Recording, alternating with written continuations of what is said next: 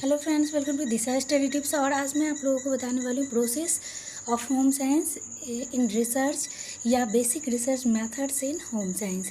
यानी कि home science से आप अगर रिसर्च कर रहे हैं तो उसकी क्या बेसिक स्टेप होनी चाहिए, क्या आपको मेथड्स या क्या प्रोसेस आपको फॉलो करना चाहिए, उन सारी बातों के बारे में आज मैं बात करूँगी। और सारे स्टेप जो भी हैं वो सब भी मैं आपको इस वीडियो में बताने वाली हूँ। चैनल पे नए हैं तो चैनल को जरूर सब्सक्राइब कर ले। अगर आपका सब्जेक्ट भी होम साइंस है तो उसे कमेंट करके बताएं। तो चलिए स्टार्ट करते हैं। फर्स्ट में है basic research method in home science research. अब होम साइंस में देखिए यहाँ पे दो पार्ट्स होते हैं बेसिक रिसर्च के। सबसे पहले है असंरचित और सेकंड है संरचित। तो संरचित में हो गया आपका स्ट्रक्चर्ड मेथड और अनसंरचित में हो गया अनस्ट्रक्चर्ड मेथड। तो अनस्ट्रक्चर्ड जो मेथड्स हैं इसमें अवैज्ञानिक है, जो कि अव्यवस्थित तरीके से होता है। और संरचित मेथड्स जो है वो वैज्ञानिक है और व्यवस्थित तरीके से होता है। तो चलिए दोनों को अच्छे से बता देते हैं आप लोगों को। तो अनस्ट्रक्चर्ड मेथड उसमें उसके अंतर्गत फोर्थ स्टेप है। फर्स्ट में है सहज बोध होना चाहिए। सेकंड में है पारंपरिक। थर्ड में है परीक्षण और परीक्षण में त्रुटि। यानी कि जो भी हम रिसर्च कर रहे हैं उसमें जो हम खोज किए हैं उसमें क्या त्रुटि रह गई, क्या कमियां रह गई वो, और विरासत में मिला हुआ जो भी हमें पहले से रिसर्च किया हुआ जो भी मिला है वो हो गया विरासत में मिला हुआ। तो इस तरीके से इसमें अनस्ट्रक्चर्ड मेथड में सिर्फ 4 ही स्टेप होते हैं: सहज बोध, पारंपरिक, परीक्षण और परीक्षण में त्रुटि और विरासत में मिला हुआ। अब बात करते हैं स्ट्रक्चर्ड मेथड, जो कि संरचित विधि और वैज्ञानिक विधि भी है। तो इसमें जो है वैज्ञानिक तरीके का यूज होगा, यानी कि साइंटिफिक मेथड्स किससे हम करेंगे। वैसे भी रिसर्च में कहा भी गया है कि साइंटिफिक मेथड से आप रिसर्च करते हैं तो बहुत ज़्यादा ही आपका रिसर्च वैल्यूएबल हो जाता है, इम्पॉर्टेंट हो जाता है। तो नेक्स्ट में यहाँ पे समस्या समाधान करने के तरीके होने चाहिए। उसमें आप जो भी समस्या लिए हैं उसके समाधान करने के तरीके आप स्टेप बाय स्टेप लिखे हों और समस्या को परिभाषित किए हों। समस्या संभावित समाधान उत्पन्न करना, ऐसा समाधान देना जो कि इंफॉर्मेटिव हो और उसके अकॉर्डिंग हो, ताकि समस्या का समाधान निश्चित हो सके। फिर है सर्वोत्तम समाधान का विश्लेषण करना, जो भी आपने समाधान दिया है उसमें सर्वश्रेष्ठ कौन है उस समाधान का विश्लेषण करेंगे और फिर है सर्वश्रेष्ठ समाधान का उसमें चयन करेंगे। नेक्स्ट में है कार्यान्वयन करेंगे उसका, फिर मूल्यांकन करेंगे कि ये कितना वेरिएबल है या नहीं।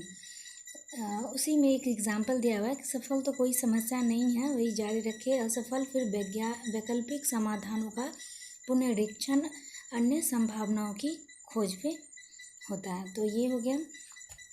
चलिए आपको ये बताते हैं कि बेसिक अप्लाइड रिसर्च, यहाँ तक तो कंप्लीट था स्ट्रक्चर्ड और अनस्ट्रक्चर्ड मेथड। अब बात करते हैं बेसिक अप्लाइड रिसर्च के बारे में कि बेसिक अप्लाइड रिसर्च में आप किस चीज़ों को ऐड कर सकते हैं। यहाँ पे एक नया ज्ञान उत्पन्न करता है। बेसिक जो भी नॉलेज होती हैं वो अगर आप स्टार्टिंग में फर्स्ट टाइम रिसर्च करने जा रहे हैं तो आपको क्या मिलेगा, एक नई ज्ञान मिलेगी, नई ऊर्जा मिलेगी, नई तरह की जानकारी मिलेगी, नया सिद्धांत मिलेगा कि हम इस चीज़ को रिसर्च करने जा रहे हैं। आपके अंदर एक जिज्ञासा भी होगी कि हम रिसर्च जो कर रहे हैं वो मौलिक हो, बुनियादी अनुसंधान का उसमें अनुप्रयोग करेंगे आपको नई नई जानकारियाँ मिलेगी। तो ये हो गया। और अब आता है कि other research process method in required knowledge. Other research process methods required knowledge के बारे में बात कर लेते हैं। इसमें 2 तरह के स्टेप्स आते हैं। फर्स्ट में है डिडक्टिव थ्योरी और सेकेंड में है इनडिडक्टिव थ्योरी।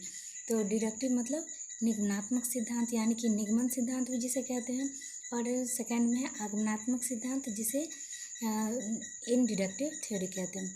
तो देखिए निगमनात्मक में हो जाता है कि सामान्य से विशिष्ट की ओर जाती है। कोई भी उसमें जो भी उदाहरण रहता है या जो क्वेश्चन रहता है वो आपका हो जाएगा कि सामान्य से विशिष्ट की ओर जाएगी। और आगमनात्मक में हो जाता है कि विशिष्ट से सामान्य की ओर। तो दोनों में हम आपको एग्जाम्पल के तौर पे बता देते हैं कि इसमें है कि सब नश्वर है, मनुष्य नश्वर है तो राम नश्वर है, मोहन भी नश्वर है। यदि आधार रेखा सही है तो पूरा ही सही होगा। अगर आधार गलत है अगर इसका, तो ये पूरा निष्कर्ष का पूरा परिणाम ही गलत हो जाएगा। तो अब इन डिडक्टिव थ्योरी की बात कर लेते हैं। तो इसमें जो आपका एग्जाम्पल रहेगा, जैसे कि राम नश्वर है, मोहन भी नश्वर है, ये तो अर्थात हर कोई नश्वर है और मनुष्य भी नश्वर है, ये दिया हुआ है। तो निगमनात्मक सिद्धांत जो होता है उससे अधिक विश्वसनीय जो है आगमनात्मक सिद्धांत होता है। आगमनात्मक सिद्धांत जो है निगमनात्मक सिद्धांत से अधिक विश्वसनीय आपको उसकी बातों से ही लग जाएगा। जैसे उसमें था कि सब नश्वर है, मनुष्य नश्वर है, तो राम नश्वर है, मोहन भी नश्वर है। ये था सामान्य से विशिष्ट की ओर निगमनात्मक सिद्धांत का। और आगमनात्मक सिद्धांत में मैंने क्या उदाहरण दिया है कि राम नश्वर है, मोहन भी नश्वर है, तो अर्थात हर कोई नश्वर है और मनुष्य नश्वर है। निगमनात्मक सिद्धांत जो है वो उतना विश्वसनीय नहीं होता है। तो अब ये इसमें बात कर लेते हैं कि यह आगमनात्मक सिद्धांत के क्या क्या गुण हैं।